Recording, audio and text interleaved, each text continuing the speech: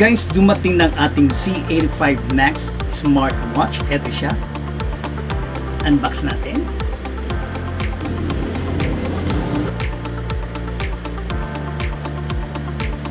Meron siyang card guys. So ito. Fendior America. Ayan. User's manual. Yung pinaka-antay natin guys. Ayan. Meron pala siyang tatlong strap guys. So guys, yung pinili ko is blue and silver.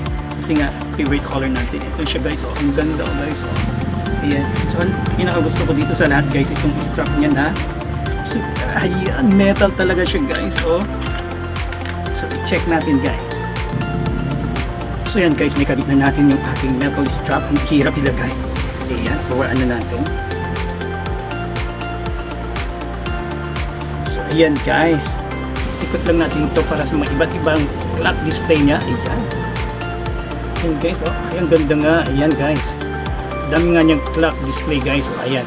Tapos ito naman yung ayan, palagay doon, meron siyang running, walking, ayan, football, kanyang menu. Wow, ito yung kanyang menu guys,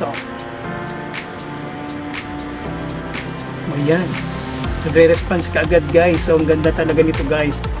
Ito pala yung charger niya, magnetic to guys, ilalagay siya sa likod. Okay. So guys, naka-sale siya ngayon.